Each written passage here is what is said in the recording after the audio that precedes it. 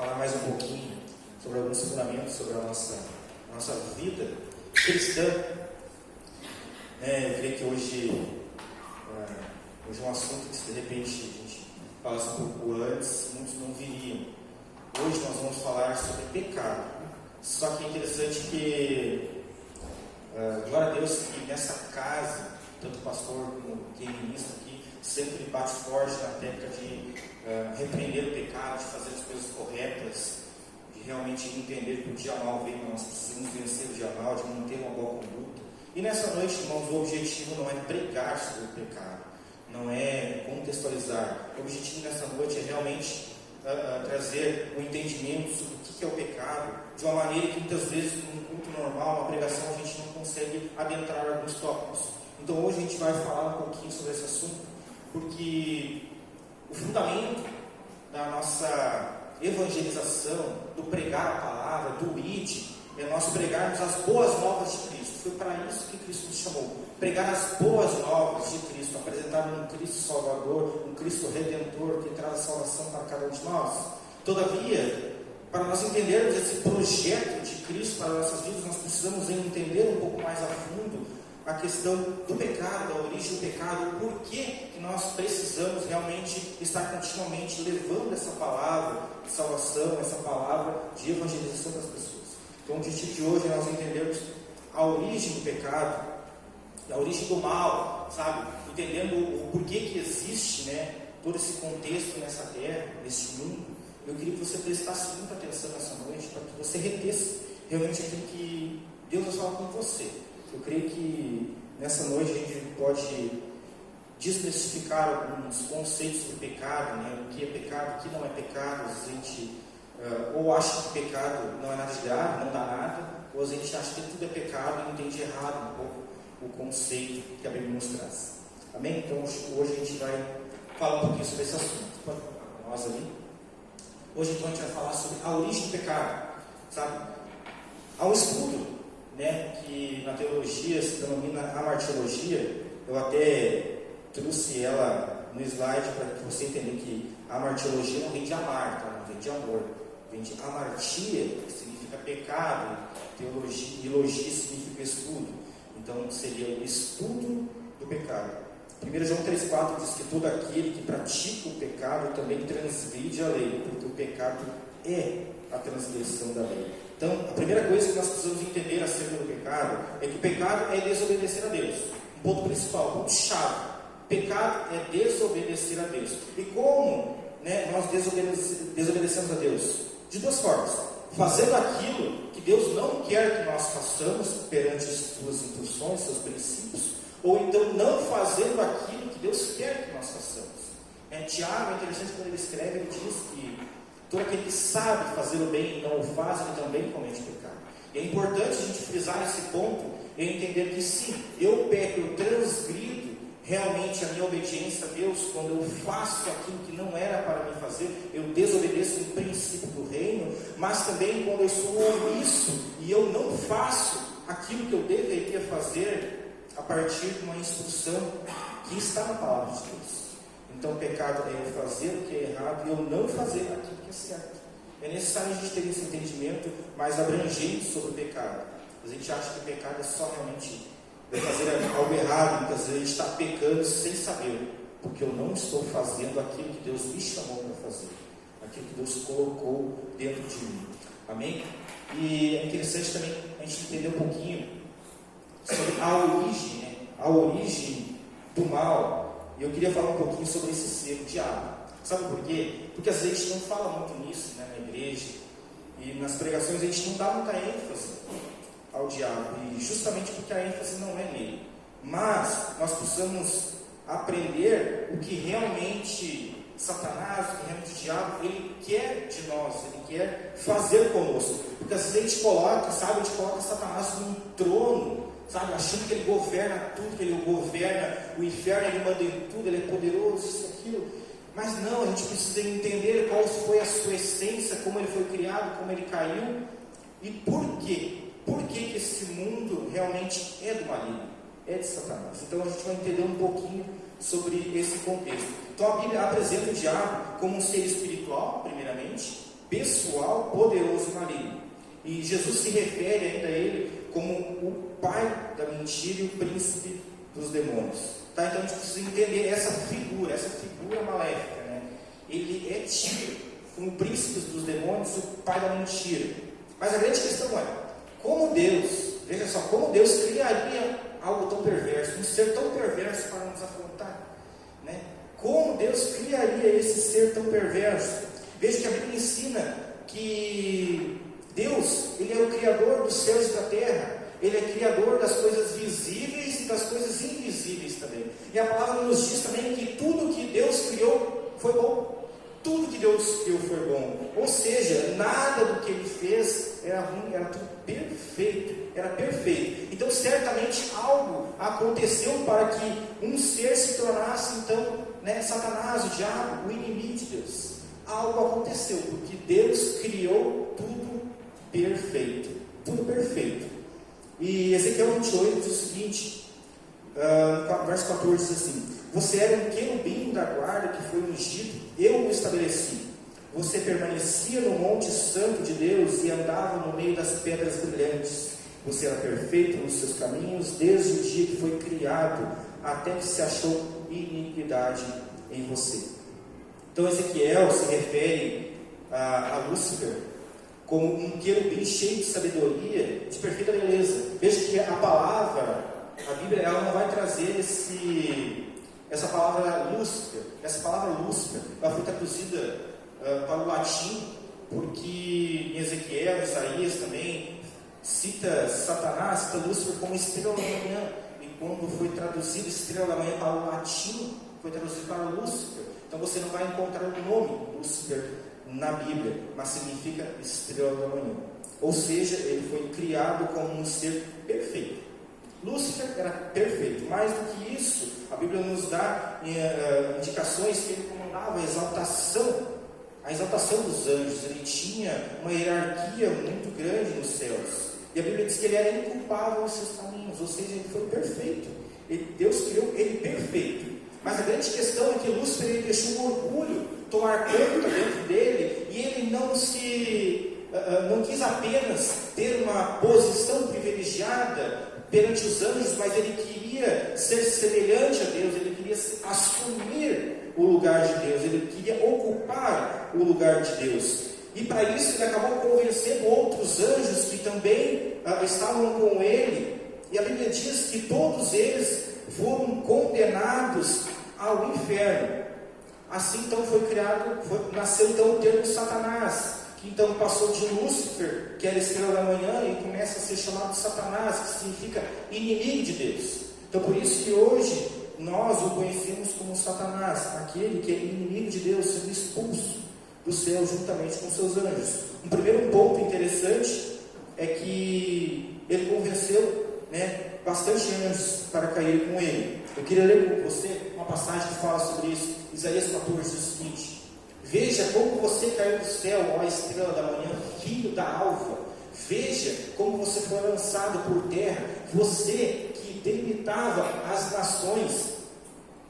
Você pensava assim: subirei ao céu, exaltarei o meu trono acima das estrelas, e me assentarei no monte da congregação, nas extremidades do norte. Então a Bíblia diz que aproximadamente 1/3 dos anjos caíram juntamente com Lúcifer, e todos foram condenados ao inferno. E o primeiro cuidado que a gente tem que ter com esse ser é que nós vemos, a partir da palavra, que ele era um grande influenciador. A Bíblia não nos diz exatamente quantos anjos havia nos céus nessa época, mas com certeza nós podemos dizer que eram milhares de anjos, milhares. Então você imagina, 1/3 de toda essa legião de anjos foi condenada ao inferno junto com Lúcifer, por causa que ele conseguiu convencer e iludir.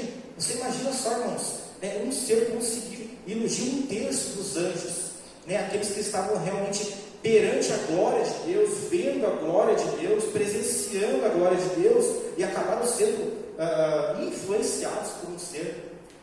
Então a gente precisa ter em mente que esse ser, que se tornou Satanás, ele é um grande influenciador. Se ele influenciou 1/3 dos anjos, facilmente nós podemos ser influenciados por ele. Nós precisamos ter esse cuidado conosco. Então essa foi a primeira desobediência na Bíblia revelada nas Escrituras. Porque Deus, e é interessante que a gente pensa, por que Deus permitiu isso? Por que Deus permitiu que tudo isso acontecesse? Deus é bom, criou os anjos, por que Ele permitiu? Porque assim como Deus criou o homem, né, com o poder de escolha, os anjos também foram criados com o poder de escolha. Porque veja que se Deus criasse seres que não pudessem fazer escolhas, né, você não concorda comigo que Deus não seria justo? Deus não seria justo? Deus teria que criar seres que pudessem escolher. Então eles foram criados com o poder de escolher entre seguir o caminho correto ou não. Infelizmente, um terço dos anjos escolheram não seguir o caminho correto e caíram junto com Lúcifer, caíram junto com ele.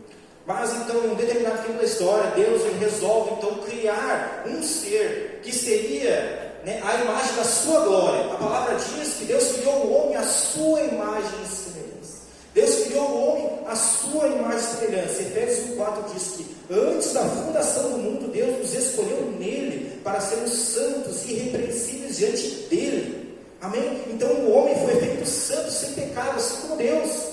Sabe? E a ideia era que Adão ele reproduzisse essa santidade, essa santidade e essa exaltação a Deus, e que todos, a partir de Adão, pudessem reproduzir essa imagem, essa glória, e fossem irrepreensíveis perante a Deus, fossem santos. Essa era a ideia, esse era o intuito de Deus, criar um ser e a partir dele toda a criação fosse sendo gerada santa, sem pecado, para que houvesse então realmente um mundo de pessoas que simplesmente fossem irrepreensíveis diante de Deus.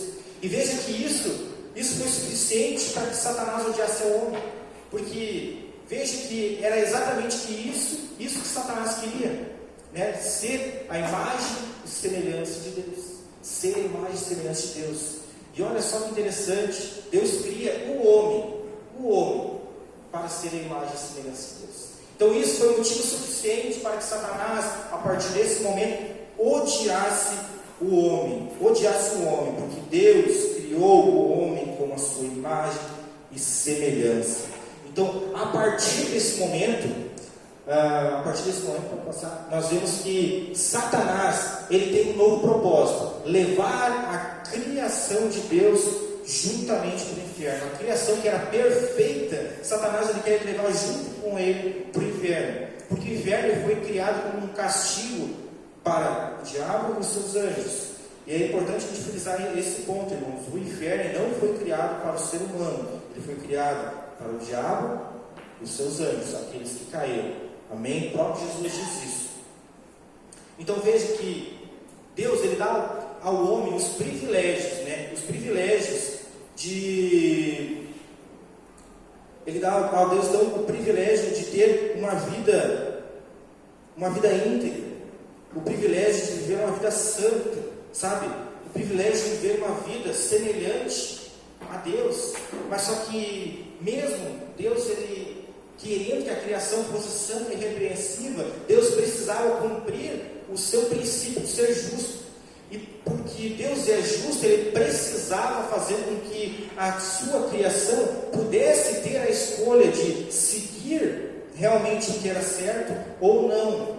Aí então nós vemos a imagem da árvore do conhecimento do bem e do mal, porque muitos se perguntam por que Deus colocou aquela árvore no meio do jardim. Veja, se Deus não colocasse aquela árvore no meio do jardim, Deus não seria justo. Deus não seria justo com nós. Sabe por quê? Porque Deus criaria nós sem opção de errar. Se eu não tenho opção de errar, como eu posso ser perfeito? Eu só sou perfeito se perante as duas escolhas, como o Deuteronômio fala, né? Todos os dias nos é posto a escolha, a bênção ou a maldição, a vida ou a morte. Escolha, pois, a vida. Então, se nós não temos esse poder de escolha, eu não posso dizer que eu sou perfeito. Então, Deus, ele criou um ser que reproduzisse a sua perfeição. Todavia, ele precisava colocar uma árvore do conhecimento do bem e do mal para que o ser tivesse uma escolha só, mas que ele não fizesse aquela escolha. para que ele continuasse perfeito. Então, por isso que Deus colocou a árvore do conhecimento do bem e do mal. E Satanás, ele se aproveitou dessa escolha. Ele começou então a influenciar Adão e Eva, nascendo então o pecado original, que é a desobediência, a separação total de Deus. A separação total de Deus. Afinal, a partir deste momento, o homem já não é mais santo e irrepreensível. O homem já não é mais a imagem e semelhança de Deus, porque ele não escolheu continuar no propósito a qual Deus os tinha criado. E Satanás, ele busca influenciar para levar o homem juntamente com ele para o inferno. Porque as pessoas às vezes têm uma ideia errada, né, do diabo, e acham que o diabo governa o inferno e Deus governa os céus.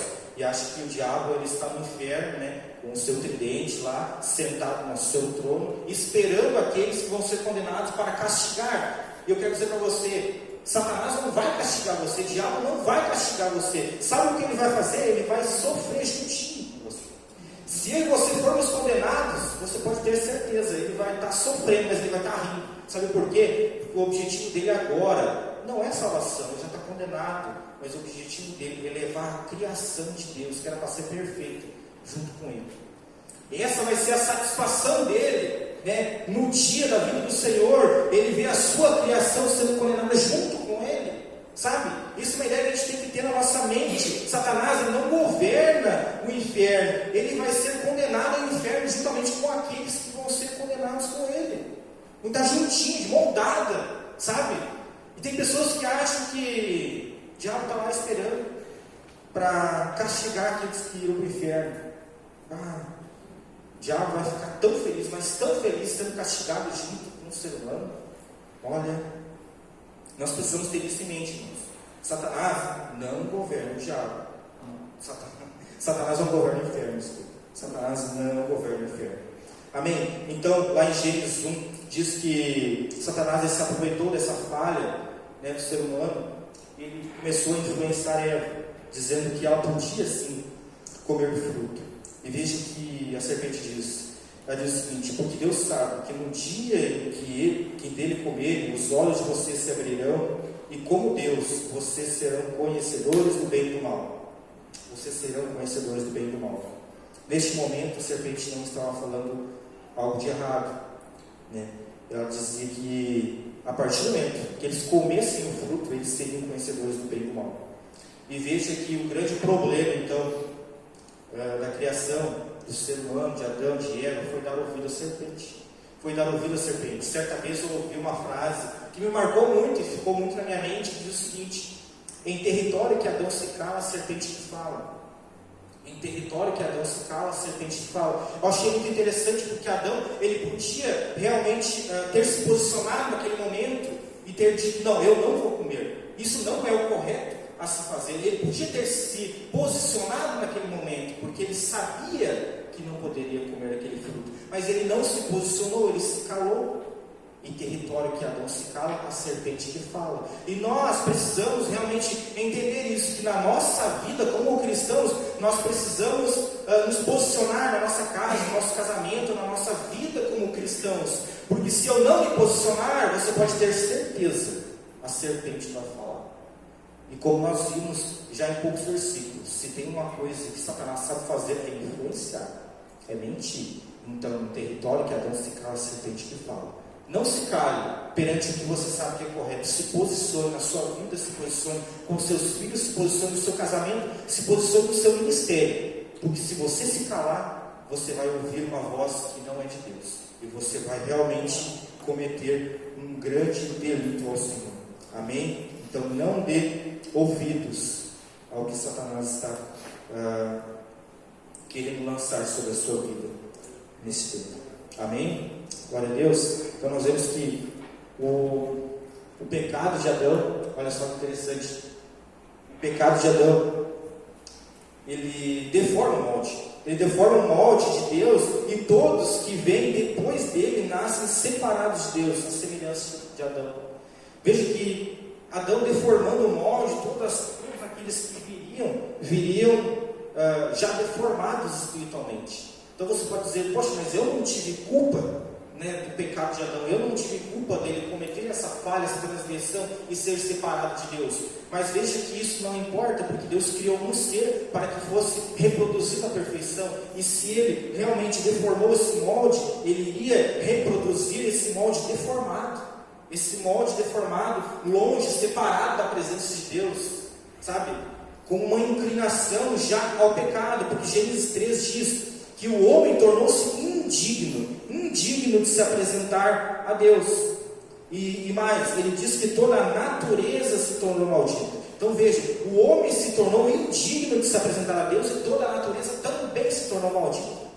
Por causa dessa falha, por causa dessa desobediência. Então a partir de Adão, todos nós nascemos separados do propósito inicial de Deus. Nós nascemos à semelhança de Adão, uma criação inclinada ao pecado, e veja que Satanás ele se aproveita disso. Então o objetivo dele é ativar, veja só, é ativar essa inclinação ao pecado que já existe dentro de nós, para que nós venhamos ser condenados junto com ele. Porque a sua principal arma é a influência sobre nós, é a influência que ele tem sobre aquilo que nós queremos, a partir do auxílio dos seus demônios. Porque nós entendemos que Satanás ele não é onisciente, ele não sabe de todas as coisas. Você pode ficar tranquilo que Satanás ele não consegue ouvir os seus pensamentos, mas ele conhece todos os seus desejos. Isso por quê? Porque Satanás ele é auxiliado com os anjos caídos. E os anjos caídos estão por todas as partes. Então, com certeza, tudo que você falar, tudo que você expressar, vai ser retido no mundo espiritual. Satanás, ele sabe aquilo que você deseja, ele sabe realmente os seus pontos fracos, e é nisso que ele trabalha para que você caia nos pontos fracos. E o ponto mais fraco do ser humano é não enxergar a verdade das Escrituras. Esse é um grande propósito de Satanás, fazer com que nós não venhamos ler as Escrituras, entender a verdade. Porque se nós conseguirmos ler, ele vai trabalhar para que nós não entendemos. E se nós conseguirmos entender, ele vai trabalhar para que nós não creiamos na Bíblia. E se nós viermos a crer na Bíblia, ele vai trabalhar para que a gente não pratique aquilo que está na Bíblia. Então veja que o objetivo dele está bastante intuito em nós não aprendermos a verdade bíblica. Porque se nós aprendermos a verdade, nós iremos conhecer a Ele. Se nós conhecermos a Ele, nós vamos ver que Ele já é derrotado. Ele já é derrotado. Porque a palavra diz que em Cristo Jesus nós já somos mais que vencedores. A palavra nos diz também que basta nós resistir ao diabo e ele vai fugir de nós. É apenas nós resistirmos e ele vai fugir de nós. Sabe, às vezes a gente espiritualiza de uma maneira e colocamos Satanás num pedestal tão grande. Nós não entendemos que todo o poder está sobre Deus. E se nós estamos em Cristo Jesus, sim, nós podemos vencer o diabo apenas resistindo a ele. Às vezes nós entramos em batalhas que não é para nós entrar. Veja que quando Paulo fala em Efésios sobre a armadura de Deus, a armadura de Deus ela tem 6 partes.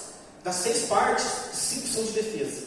É o capacete da salvação, é a couraça da justiça, é o cinto da verdade, é os calçados preparados para o Evangelho e o escudo da fé. 5 armas de defesa, amém? E somente uma arma de ataque, que é a espada, e a espada é a Bíblia. Então, irmãos, nós precisamos nos defender das armadilhas de Satanás. Se nós precisarmos lutar, vai ser com a palavra, vai ser com a verdade. Então, não entre em guerras que não são suas. As nossas guerras nós vencemos resistindo. Porque se nós resistirmos, Ele, olha só, Ele vai fugir de nós. Amém? E a mensagem, então, da salvação é que Jesus, Ele veio restituir a filiação que havia sido corrompida. Então a filiação com Deus foi corrompida no jardim do Éden. Veja que Adão foi criado para ser realmente o legítimo filho de Deus. Mas Adão ele corrompeu essa filiação, ao passo que todos nós também temos a filiação corrompida. A nossa filiação corrompida com Deus. Mas Romanos 3:23 diz que, pois todos pecaram e carecem da glória de Deus. E essa glória de Deus veio a partir de Cristo Jesus. Então Cristo vem para restituir a nossa filiação em Deus. Então essa é a mensagem da salvação. Levar uma mensagem de restituição. Olha só, Cristo veio restituir a sua filiação em Deus. Há um Pai que te quer de volta, quer que você volte realmente ao ambiente preparado por Ele. Essa é a mensagem da cruz. Amém? Mas é interessante que ao aceitar a Cristo, não é o final, mas sim o começo. Muitas pessoas acham que aceitar a Cristo é o final da caminhada, mas não, aceitar a Cristo é apenas o começo de uma nova jornada, uma nova caminhada em Cristo Jesus. Amém?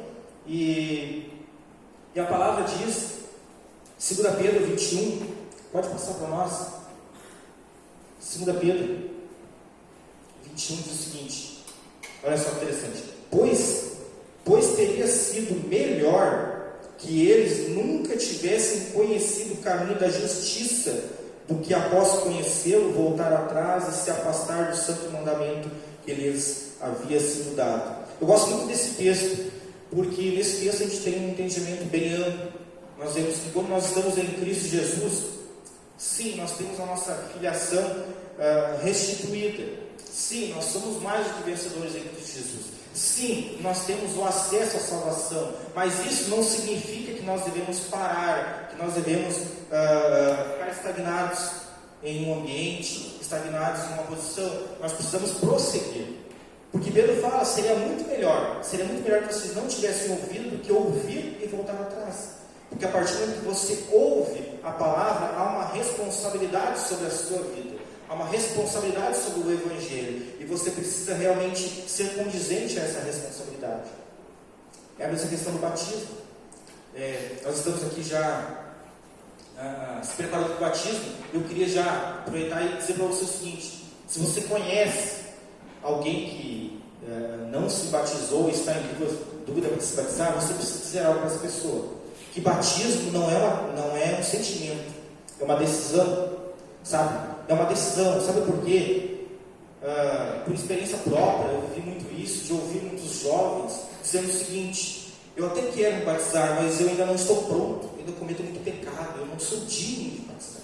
Eu quero, mas eu ainda não estou pronto, sabe? Mas o objetivo do batismo é justamente isso, é justamente você morrer para a velha vida e nascer para uma nova vida, uma nova caminhada com Cristo.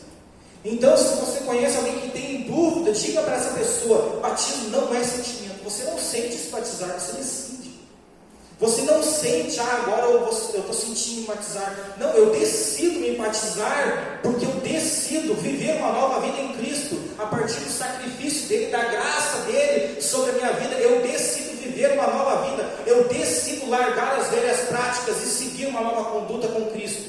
Eu decido, é isso que eu quero para a minha vida. Eu não sinto, eu decido.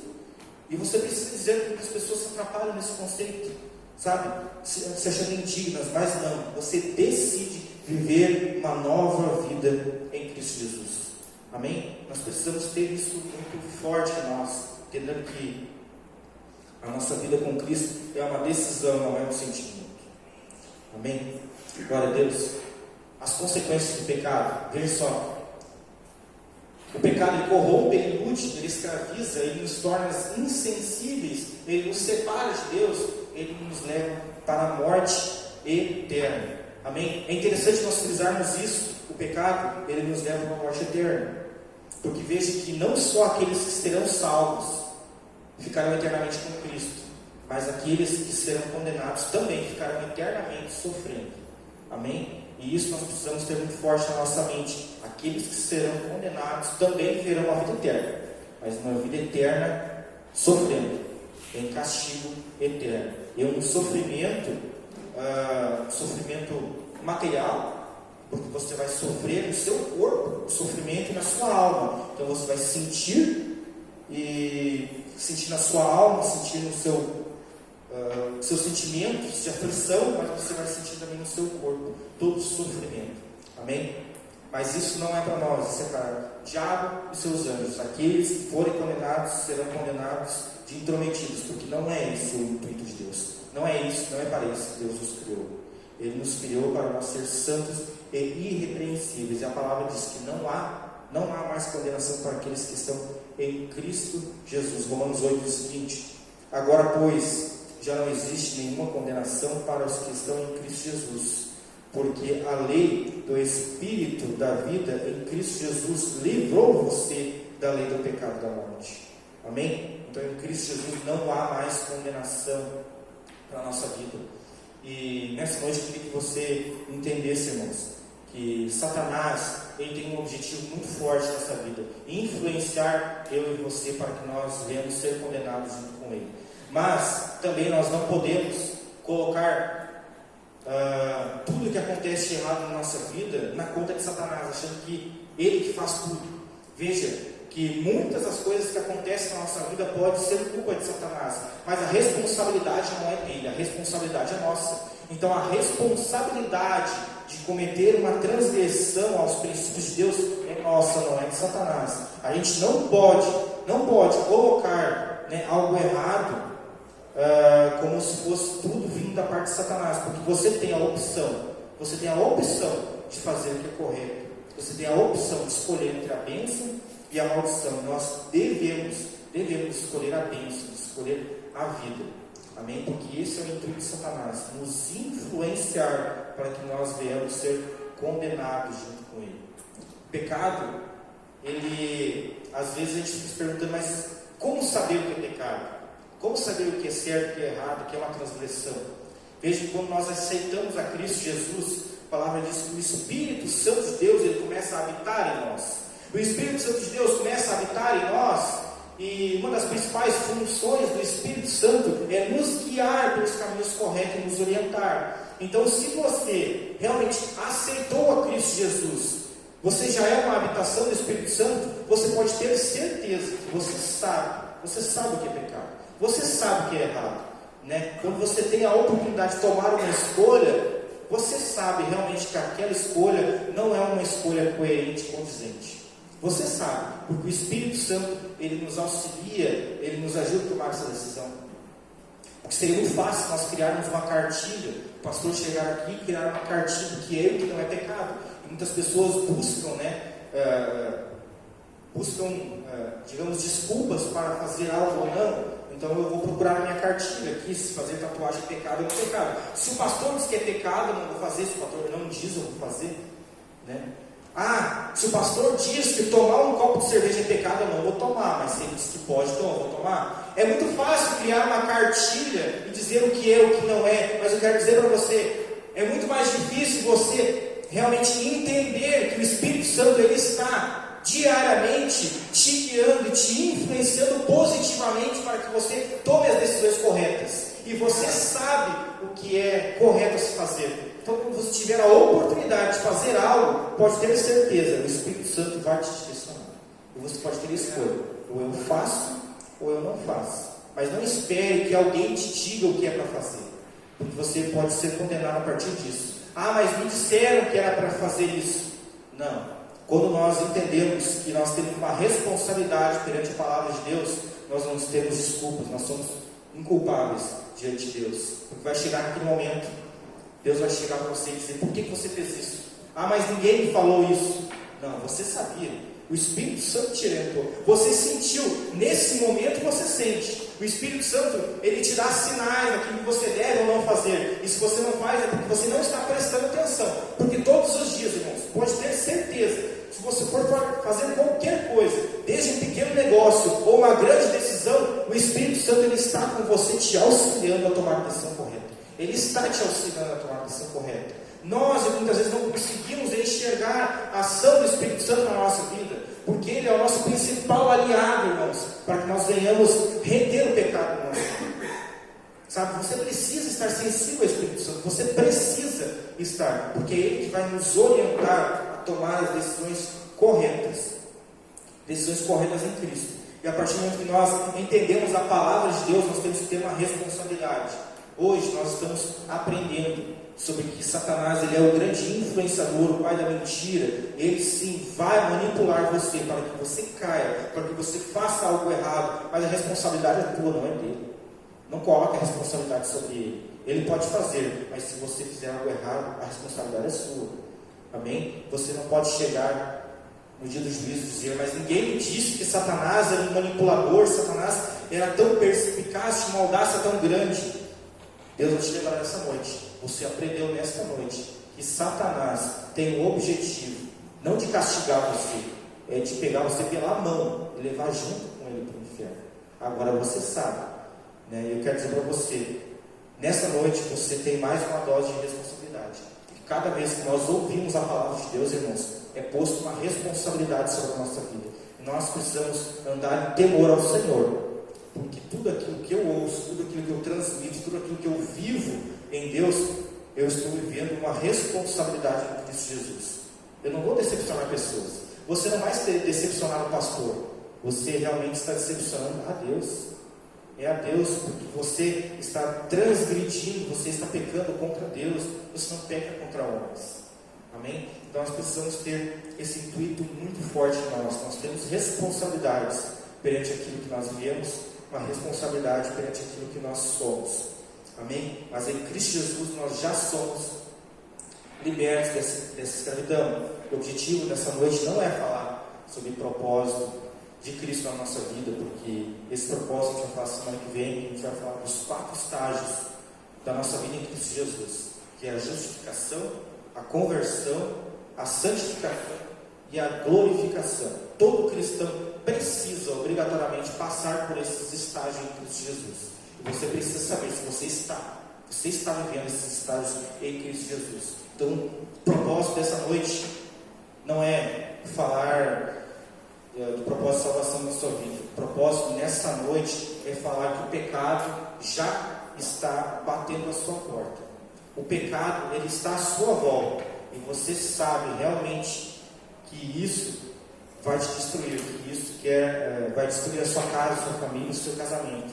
E você precisa estar preparado, porque Satanás, ele está querendo realmente estragar a sua casa, a sua família, a sua vida, o seu casamento. Mas você precisa entender, irmão, você precisa entender que o Espírito Santo de Deus, ele é o teu auxiliador neste mundo. E se você está em Cristo Jesus, realmente o Espírito Santo vai te colocar numa situação de tomar a decisão correta. Amém? Porque o pecado, a gente não pode romantizar demais o pecado. Às vezes a gente acha que o pecado, não é nada, porque se eu pedir perdão, Cristo vai me perdoar. Deus vai me perdoar. Mas o pecado não é pecado. Tudo que eu faço é pecado. Não. O Espírito Santo vai te direcionar a fazer o que é correto. Tenha certeza disso. Tenha certeza disso. O Espírito Santo vai te direcionar a fazer o que é correto. Porque o intuito de Deus é que nós devemos retornar à filiação com Ele. Amém? Nós devemos ter essa filiação restituída em Cristo Jesus. Satanás não terá poder sobre a nossa casa, sobre a nossa vida. Porque ele já é perdedor. Ele já foi decretado o seu castigo. Mas a gente acha, mas por que Deus não tira Satanás do mundo? É que a palavra diz que um dia para Deus é como 1000 anos, 1000 anos é como um dia. Para Deus, Satanás já está condenado, está feito. Né? O objetivo de nós estarmos aqui é a nossa salvação. Não tem nada a ver com Satanás, não tem nada a ver com o diabo. Ele já está condenado. Nós é que precisamos realmente ansiar pela volta de Cristo, para que nós venhamos viver a nossa salvação, a nossa eternidade com Cristo Jesus. Então, não se preocupe com o diabo, não se preocupe com Satanás, apenas resista. A palavra diz: resista ao diabo e ele vai fugir de vós. Resista, não dê ouvidos a falsas mentiras que são lançadas sobre a sua casa. Tenha a sua casa firmada na rocha. Amém? Vamos se colocar de pé?